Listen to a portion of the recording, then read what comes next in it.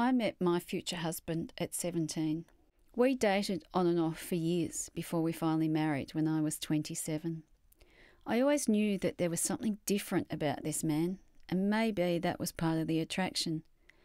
But I chose to ignore the warning signs in pursuit of the dream, to create a happy family. My ex-husband wasn't the obvious abuser, the type that most people understand. Professionally, he was used to being in control, a position of power. He was the type that manipulated and controlled and verbally abused. If I'm honest with myself, the abuse was probably always there. This came to a point after the girls were born that I made a decision that I didn't want them growing up in an abusive household and learning that it was okay to be treated that way by a father or a husband. I was looking for love and thought I found it, but it was a very controlling and destructive love. The relationship stopped me being the person I wanted to be. His controlling demands for my attention, his constant need to know where I was and who I was with, and nobody ever passed his standards.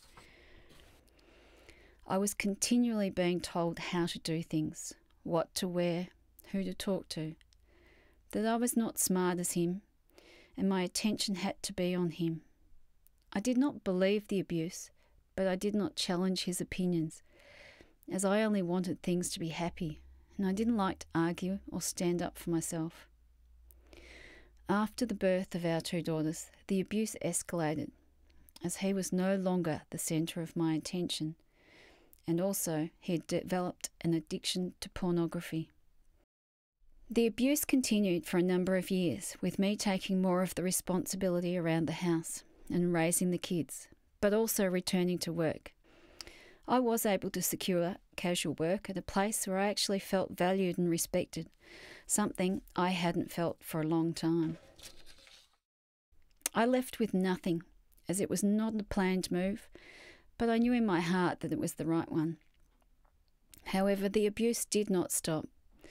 I managed to return to the family home twice to collect the basics for me and the girls before the locks were changed. He then made the decision to deliver our possessions to the nature strip of my parents' home. On top of this, the emails and text messages were extreme. They were so long, full of abuse, and a huge number each day that never ever seemed to stop. Eventually, I decided to apply for an intervention order, which was granted, but he proceeded to break the order in a number of ways. One of those was writing letters addressed to my parents, but the content was aimed at me.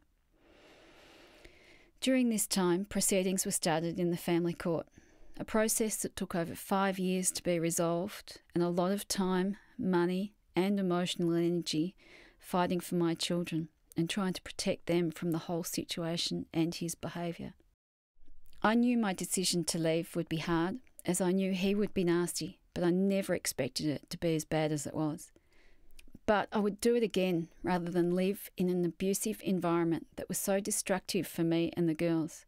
This journey is not over, but the worst is complete, and I am now excited about the next chapter.